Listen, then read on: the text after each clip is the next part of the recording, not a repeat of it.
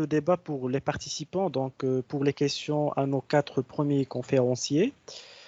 Voilà, donc si vous avez des questions, donc les quatre premiers présentateurs vont essayer de répondre à vos questions. Oui, alors je prends une première question. Oui, c'est Mohamed, c'est bon, je peux. Oui, c'est Hicham. Alors avec nous, Monsieur Eliusfi Hicham, professeur à la faculté polydisciplinaire de Beni Mellal. À vous la parole, Monsieur Hicham. Donc, tout d'abord, je voudrais remercier, en fait, donc merci beaucoup, cher ami et cher collègue, Monsieur Mohamed Azdoud. Je voudrais remercier aussi nos chers conférenciers pour leurs interventions. Et je voudrais aussi remercier en fait les membres en fait du laboratoire LERSEC ainsi que les étudiants et les doctorants. Donc moi ma question, je pense bon, il concerne un petit peu toutes les interventions puisqu'on a vu des intervenants venant de chaque continent. Donc c'est très bien. En attendant notre collègue professeur Ouagouche son intervention. Ma question est tout simplement pourquoi toujours on parle de l'agriculture comme le maillon faible. Le maillon faible, c'est-à-dire, ou bien le maillot faible, comme vous voulez. Donc, pourquoi toujours c'est l'agriculture? Parce qu'on trouve que par rapport pour l'industrie, par exemple, euh, certains pays, en fait, ils ont mis beaucoup d'argent. Quand je dis beaucoup d'argent, vraiment, c'est des sommes colossales, des montants colossaux. Mais pourquoi toujours l'agriculture si toujours elle subit? Comme vous savez tous, avec le changement climatique, c'est l'agriculture. Maintenant, Covid-19, c'est l'agriculture, etc. Donc, c'est quand il y aura, en fait, sachant que les denrées alimentaires, c'est primordial, en fait, pour les habitants. Donc, pourquoi à chaque fois, est-ce qu'il n'y a pas des politiques, en fait, rigides en ce sens, ou bien des politiques solides c'est ça, j'arrive pas encore à comprendre en fait ce problème qui concerne en fait l'agriculture. Et merci. Merci, Monsieur Hassan, pour la question. Donc, une deuxième question. Monsieur? Oui, alors, Monsieur Charqaoui, c'est ça? Oui, c'est Charqaoui, un étudiant en master CCA. Tout d'abord, je Voilà, tiens de vous à vous remercier, la mon parole. cher prof, Monsieur Asdod. Je tiens de remercier aussi le directeur du laboratoire économique, Monsieur Cheikh.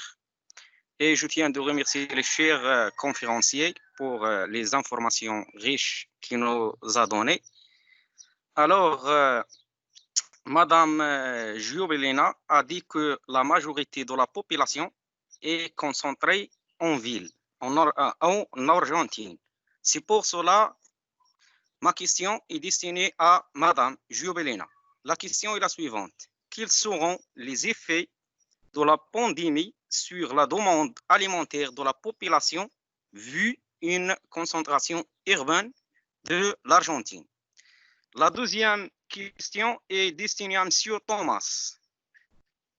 Quelles sont les mesures à prendre pour atténuer les risques de la pandémie sur la sécurité alimentaire et la nutrition? Et merci beaucoup. Merci, Monsieur Charqaoui. À titre de précision, Madame Béatrice nous a laissé un message en disant que pour des raisons de ses travaux professionnels, elle a dû nous quitter, d'accord? Mais de toute façon, Okay. si l'un des conférenciers peut répondre à votre question, donc ça sera bon. Donc on prend une troisième question. Bonjour, monsieur. Bonjour, alors Monsieur Talbi, étudiant en Master CCA, allez-y, oui. Oui. Premièrement, je remercie vivement nos chers professeurs d'avoir réalisé une multitude de conférences. Vraiment, je trouve ça très enrichissant. J'ai pu suivre la plupart des conférences. Donc maintenant, je passe directement aux questions. Donc j'ai deux questions. Monsieur Thomas Garcia s'est doté métaphoriquement de la boule de cristal pour prédire le monde de demain. C'est, si j'ose le dire, cette boule de cristal ne peut-elle pas fausser ses prévisions puisque ce modivirus a ébranlé totalement notre monde actuel et tous les États se trouvent inaptes à y faire face. Donc, maintenant, je passe à la deuxième question et ça sera la dernière. La FAO, bien sûr, la FAO, c'est l'organisation tutelle de l'agriculture et de l'alimentation. Donc, ma question, quelles sont les mesures et les recommandations prises par la FAO pour la sécurité alimentaire, et notamment sur le plan des chaînes d'approvisionnement? Ces mesures, est-ce qu'elles ont une caractéristique plus générale ou bien devraient-elles être contextualisées pour chaque pays? Et je remercie encore une fois vivement nos chers professeurs et vos chers conférenciers. Merci. Merci à vous pour votre question. Alors, une autre question du...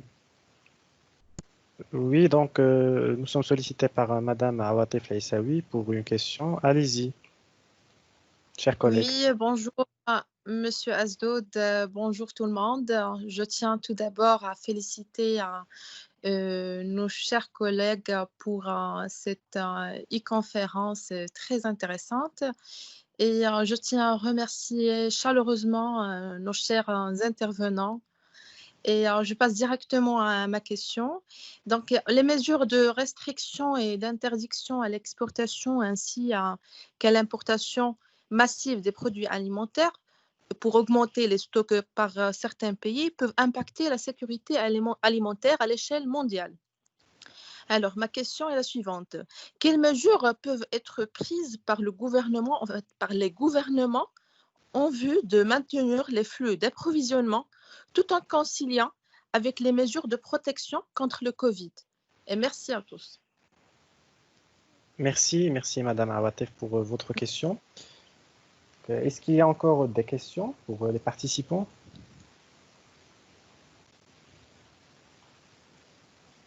Sinon, donc, vu que un grand nombre de questions a été adressées à Monsieur Thomas Garcia, donc je vous donne la parole, cher monsieur, pour répondre à l'ensemble de ces questions avant de donner la parole aux autres conférenciers par la suite. Merci pour cette invitation à reprendre la parole. En commençant par la dernière question, la fermeture des frontières est une très mauvaise nouvelle. On peut comprendre que les gouvernements veulent maintenir la sécurité de l'approvisionnement des populations locales, mais ce réflexe qu'on a déjà eu d'ailleurs lors de la crise de 2008 avec le riz en particulier, démontre que peut-être la solution serait que la communauté internationale, et là je rentre dans les conséquences de la FAO, que la communauté internationale finance le maintien de stocks de sécurité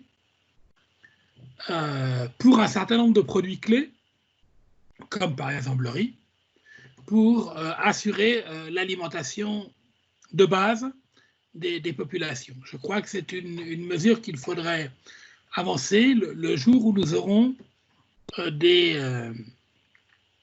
une organisation internationale, une FAO, qui aura les moyens de ses ambitions.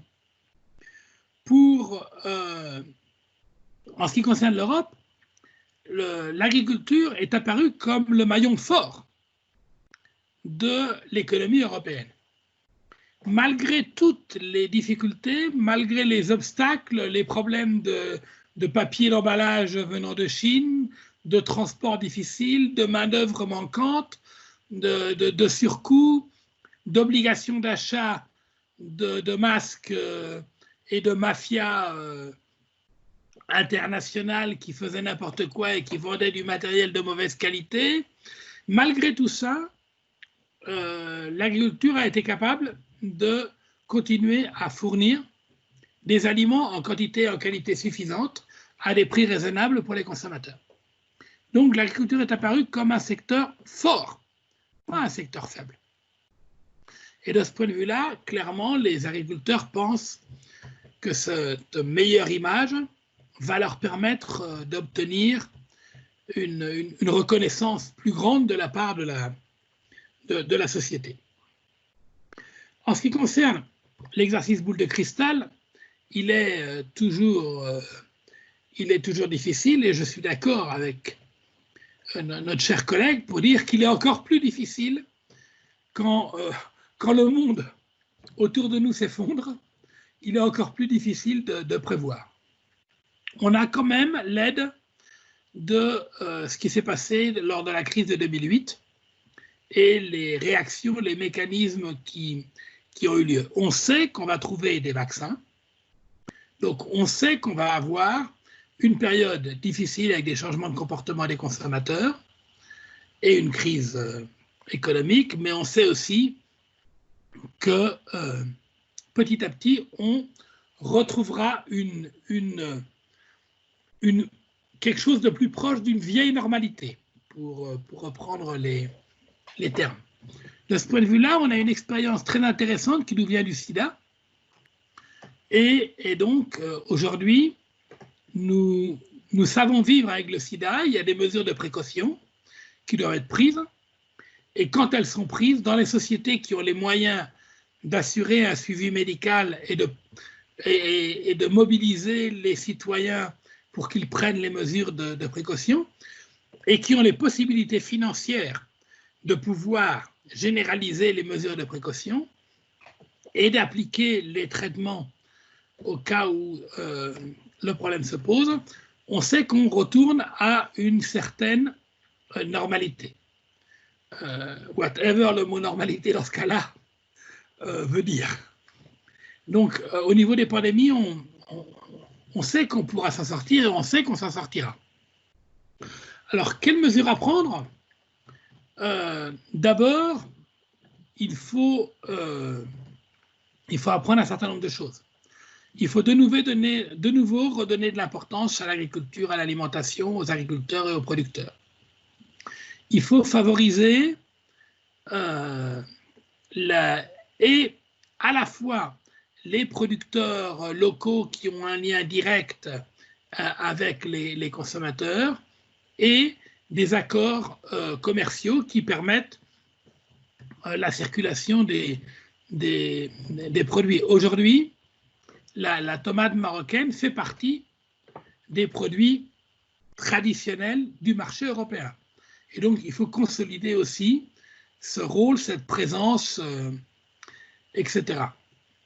Il faut donc, d'un côté, donc, soutenir le secteur, et il faut ensuite revenir sur un certain nombre d'idées. C'est très amusant. On l'a vu à Huelva et à Almeria avec un certain nombre de ultranationalistes de droite qui clamaient contre ces émigrés qui venaient voler le travail des Espagnols, etc.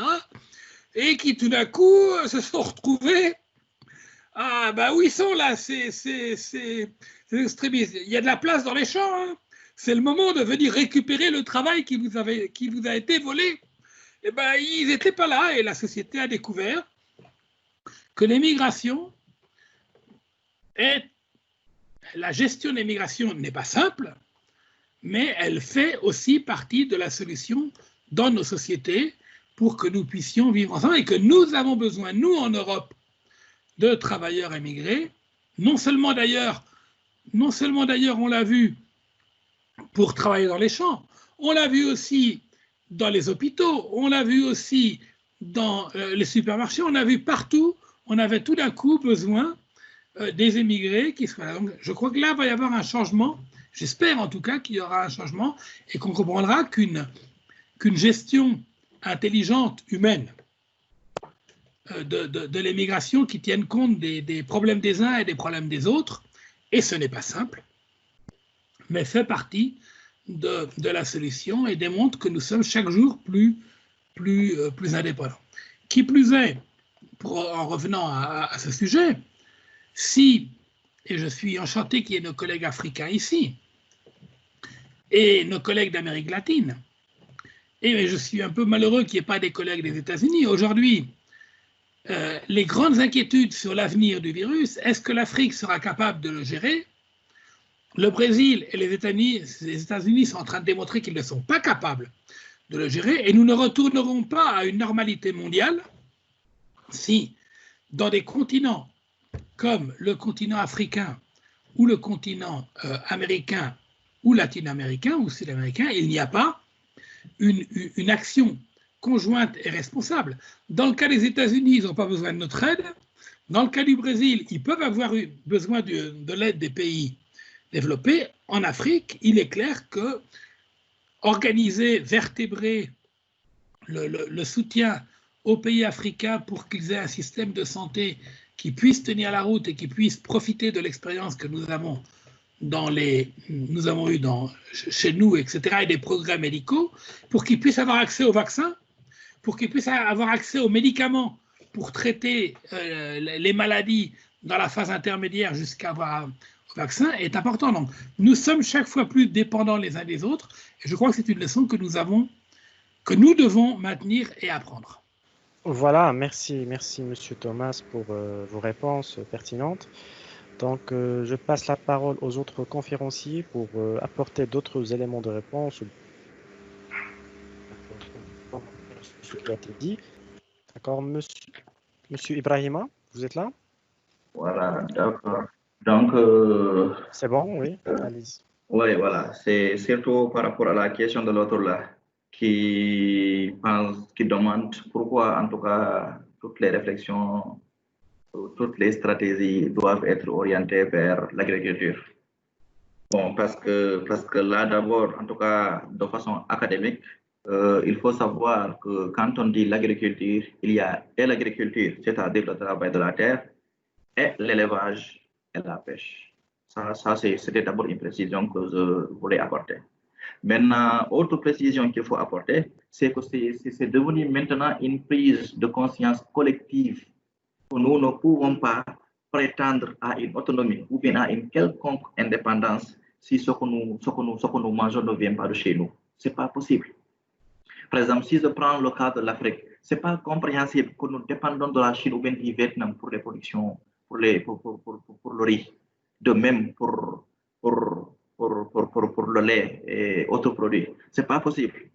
Donc, quand nous dépendons des importations, nous sommes forcément soumis aux fluctuations du marché. Donc, c'est-à-dire les prix des denrées, ce n'est plus nous qui les fixons. Donc, l'accession ou bien l'accessibilité aux denrées de première nécessité devient dès lors très, très, très, très compromise. C'est pourquoi toutes les politiques, tous les États, tous les gouvernements misent sur l'agriculture, que chacun chez lui produit ce qu'il mange et mange ce qu'il consomme. Je crois que ça, c'est important que les gens le comprennent ainsi, parce que c'est à la base de tout. Il va se dire pourquoi l'agriculture, mais l'agriculture, ça englobe énormément d'aspects. Nous l'avons vu. Sans l'agriculture, il n'y a pas de santé. Sans l'agriculture, il n'y a pas d'éducation. Donc, c'est en ce sens que je voudrais vraiment attirer l'attention du monsieur sur le fait que l'agriculture, si je peux me permettre, c'est la base, c'est le fondement. Il faut vraiment que nous puissions la développer davantage que chacun, parce qu'il faut plus un accompagnement, c'est-à-dire une amélioration des méthodes ou même des moyens de production. C'est seulement comme ça qu'on pourrait parvenir, en tout cas, à une quelconque autonomie ou à une quelconque indépendance. Maintenant, pour venir aussi à la question de l'autre là, qui est quelle sera la part ou bien la contribution de la FAO sur la crise? Je pense que les informations sont déjà là. La FAO, comme la plupart des États, est en train de, en tout cas, mobiliser des ressources pour venir en aide aux populations qui en ont le plus besoin. Et ici, j'ai reçu une information selon laquelle c'est qu'il compte en tout cas organiser l'État dans l'organisation de la présente campagne, c'est-à-dire la mise à disposition d'intrants de qualité et de quantité, et en tout cas des initiatives de ce genre pour pouvoir booster la production, surtout pour la campagne à venir. Merci, c'est ce que je voulais ajouter par rapport à l'autre là. Merci. Merci, Monsieur Ibrahima Baldé, pour votre intervention. Je ne sais pas, est-ce qu'il y a encore des questions de la part des participants? Monsieur, si vous permettez.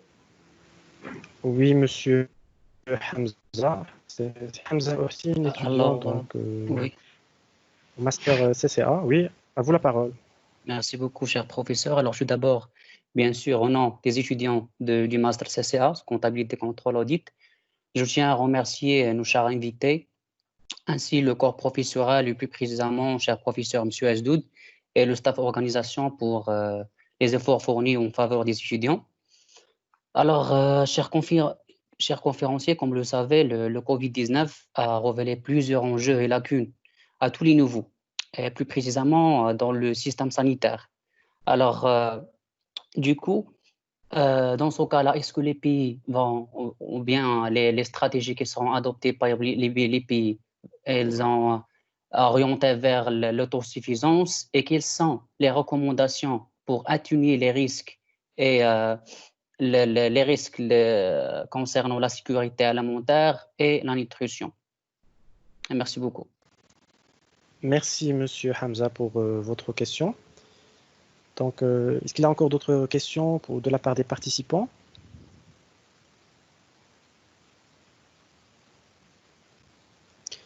Sinon, je redonne la parole encore une fois à Monsieur Thomas Garcia pour répondre à cette dernière question. Monsieur Thomas ou bien Monsieur Ibrahima, oui. Est-ce qu'il pourrait préciser un peu sa question, parce que la réponse peut être très large. Oui, oui. Je voudrais. Oui, monsieur, bien sûr. D'accord, Monsieur Hamza, prière donc de préciser votre question. D'accord, merci. D'accord, monsieur, merci beaucoup. Alors, ma question, c'était quelles sont les recommandations de FAO pour atténuer, bien évidemment, les risques de la pandémie sur la sécurité alimentaire et la nutrition? Oui, c'est bien ce que je craignais. Pour des raisons, parce que la FAO jusqu'à présent, mes collègues des autres continents peuvent parfaitement me corriger, je n'ai pas l'impression que la FAO a un grand protagonisme dans cette pandémie, puisque le réflexe a été un peu comme les escargots qui se referment dans leur coquille, et donc il y a eu très peu de collaboration internationale. Et là, je crois que c'est une des leçons que l'on doit apprendre. Le réflexe du repli sur soi n'est pas une bonne solution, et les institutions internationales doivent être là pour y répondre. Il est vrai qu'elles passent un difficile moment.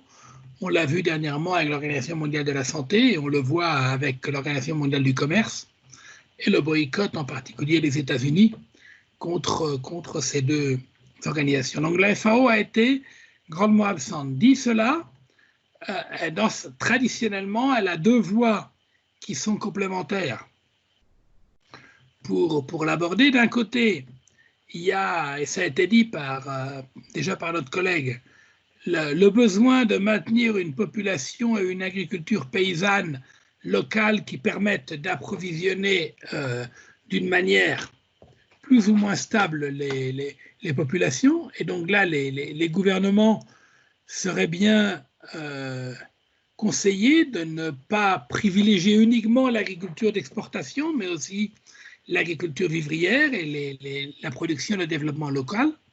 Je sais que par exemple au Sénégal, il y a des expériences très intéressantes sur ce point qui ont été faites, qui méritent d'être soulignées.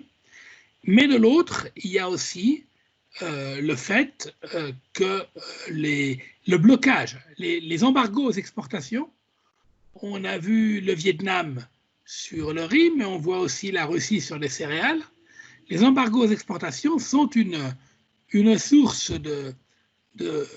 d'instabilité et de risques terribles.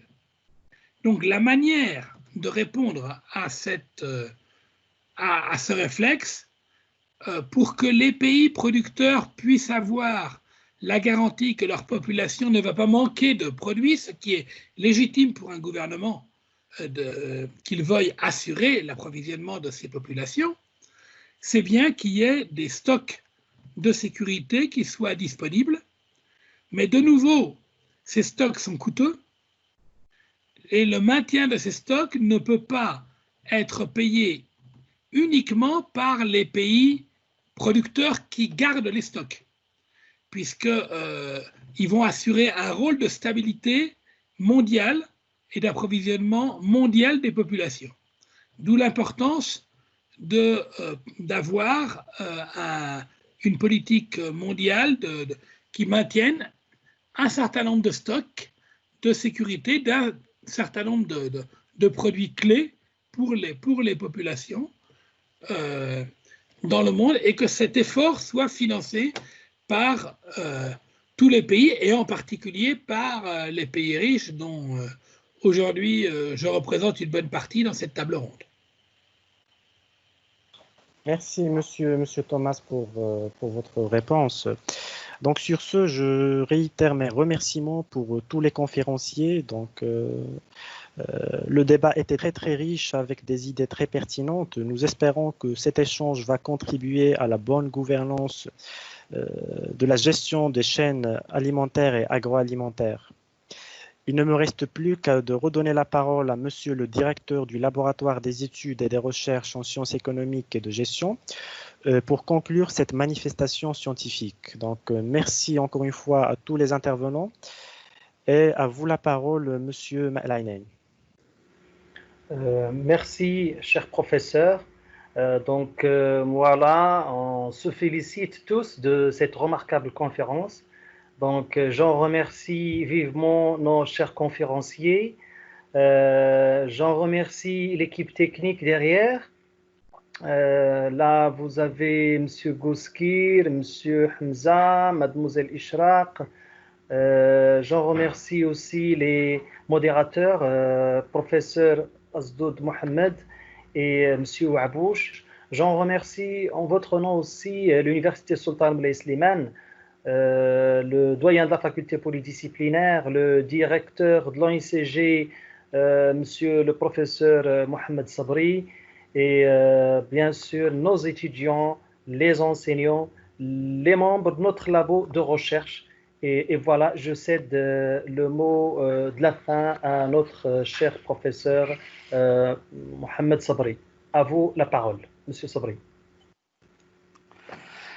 Oui, bonjour, cher directeur du laboratoire, bonjour, chers conférenciers, chers organisateurs, mesdames et messieurs, mes collègues enseignants, les représentants de la presse et nos chers étudiants. Nous étions vraiment très passionnés par cet échange qui a concerné la sécurité alimentaire et l'importance de la sécurité alimentaire dans notre système immunitaire. Il est vrai que le travail maintenant après le Covid-19, c'est un travail de fond pour repenser le système de l'agriculture, repenser aussi le processus de l'agroalimentaire, de l'industrie agroalimentaire, pour avoir beaucoup plus de sécurité alimentaire dans ce que nous mettons dans nos assiettes chaque jour. Donc c'est important de réfléchir parce que dans tous les cas, comme on dit l'adage, nos médicaments sont dans ce qu'on mange. Donc, tout simplement, c'est simple à dire, mais c'est difficile à pratiquer. Maintenant, cette situation de Covid-19 nous a permis de se remettre en cause, d'avoir un peu de recul et de penser à des solutions innovantes, de penser aussi à des alternatives de cette industrialisation agroalimentaire qui cherche le profit à outrance et de dire, voilà, donc peut-être il faut produire localement, il faut aussi consommer localement parce que ça permet d'avoir un système immunitaire beaucoup plus fort et beaucoup plus sain.